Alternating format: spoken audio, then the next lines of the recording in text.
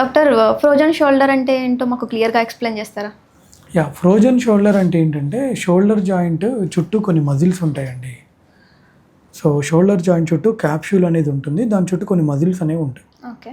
So ఈ మజిల్స్ని rotator cuff muscles అంటాము. 4 muscles ఉంటాయి: సూప్రాస్పైనటస్, ఇన్ఫ్రాస్పైనటస్, టేరిస్ మైనర్, సబ్స్కాపులారిస్. 4 మజిల్స్ ఉంటాయి. సో దీని చుట్టూ ఒక క్యాప్సూల్ ఉంటుంది. సో ఆ క్యాప్సూలు ముఖ్యంగా డయాబెటిక్ పేషెంట్స్లో, థైరాయిడ్ పేషెంట్స్లో కొంచెం టైట్ అయిపోతుంది. ఓకే. ఆ టైట్ అయిపోవడం వల్ల ఏమవుతుందంటే షోల్డర్ ఫ్రీగా కదలదు. షోల్డర్ ఫ్రీగా ఇలా పైకి అనలేరు, ఇలా అనలేరు, ఇలా అనలేరు. సో ఎందువల్ల వస్తుంది అంటే డయాబెటిక్స్, హైపోథైరాయిడిజము, పార్కిన్సోనిజము, తర్వాత ఎవరికైనా పాత పక్షవాతాలు ఏమన్నా ఉన్నా, లేదా గుండె జబ్బులు ఏమన్నా ఉన్నా, ఎక్కువ రోజులు బెడ్ రెస్ట్లో ఉన్నా, అలాంటి వాళ్ళలో వస్తుంటుంది. ఓకే. అంటే ఓన్లీ ఇప్పుడు మనం ఫ్రీగా మూవ్మెంట్ చేయలేము, అదొక్కటే లక్షణంగా కనిపిస్తుందా మనకి? నొప్పి కూడా ఉంటుంది, ఫ్రీగా కదల్చలేము కూడా. మరి దానికి మీరు ట్రీట్మెంట్ ఏ విధంగా ఇస్తారు డాక్టర్? అది స్టేజ్ బట్టి ఉంటుంది. ఇనీషియల్గా మనం ట్యాబ్లెట్స్ ఇస్తాము, ఎక్సర్సైజెస్ చెప్తాము, ఫిజియోథెరపిస్ట్ దగ్గరికి వెళ్ళండి, సంప్రదించండి అని చెప్తాం. ఓకే.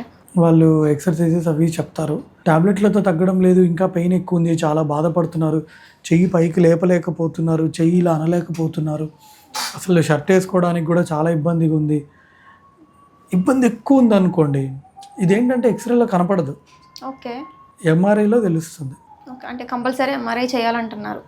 కంపల్సరీ అంటే ఇంక పేషెంట్ ప్రాబ్లం బట్టండి. ఇప్పుడు పేషెంట్ ప్రాబ్లం ఎక్కువ ఉందనుకోండి, అప్పుడు చేయాలి. మెడిసిన్తో ఏమన్నా తగ్గుతుందా డాక్టర్ ఇది? మెడిసిన్స్తో తగ్గుతుందా అంటే యాక్చువల్గా చాలా మందికి కూడా ఓన్లీ మెడిసిన్స్, ఎక్సర్సైజెస్తోనే తగ్గుతుంది. ఓకే. 90% వరకు 90 to 95% పేషెంట్స్కి only with medicines and physiotherapy, ఎక్సర్సైజెస్తో తగ్గిపోతుంది. చాలా తక్కువ మంది పేషెంట్సే వాళ్ళు నెక్స్ట్ స్టేజ్ వరకు వెళ్తారు. అంటే నెక్స్ట్ స్టేజ్ అంటే సర్జరీ అంటున్నారు? కాదండి, నెక్స్ట్ స్టేజ్ అంటే మ్యానిపులేషన్ అండ్ అనస్థీషియా.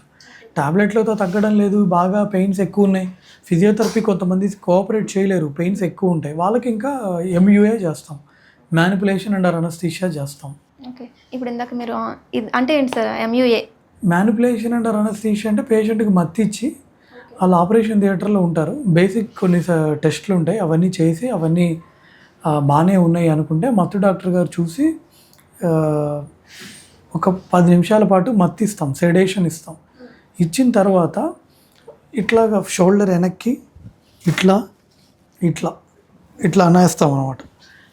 అప్పుడు క్యాప్సూల్ టైట్గా ఉంటుంది కదా, దాని అడేషన్స్ అన్నీ బ్రేక్ అయిపోతాయి. ఓకే. చాలా మంచి ప్రొసీజర్ ఇది. ఫ్రోజన్ షోల్డర్ పేషెంట్స్కి ఇది చాలా బాగా పనిచేస్తుంది. నేను కనీసం ఒక 300-400 పేషెంట్స్కి చేస్తుంటాను ఇది ప్రొసీజర్. వెరీ వండర్ఫుల్ ప్రొసీజర్, చాలా బాగా పనిచేస్తుంది. ఓకే. షోల్డర్ ఆర్థోస్కోపీ సర్జరీ అంటే ఏంటి సార్ డాక్టర్? మరి షోల్డర్ ఆర్థ్రోస్కోపీ సర్జరీ అంటే ఏంటంటే మనకి ఎండోస్కోపీ, లాప్రోస్కోపీ లాగా, నీ ఆర్థ్రోస్కోపీ లాగా షోల్డర్ ఆర్థ్రోస్కోపీ, షోల్డర్ జాయింట్ లోపలికి కెమెరా వేసి చూడడం అనమాట. షోల్డర్ జాయింట్ లోపలికి కెమెరా వేసి చూసి దానికి అవసరమైన సర్జరీ ఏదైనా ఉంటే చేయడాన్ని షోల్డర్ ఆర్థ్రోస్కోపీ అంటారు. ఓకే.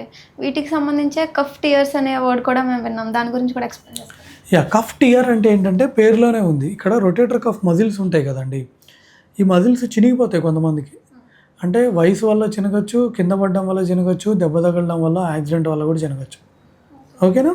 సో ఈ కఫ్ మజిల్స్ చినిగిపోతే దానికి ఏదన్నా సర్జరీ చేస్తే దాన్ని రొటేటర్ కఫ్ సర్జరీ అంటారు.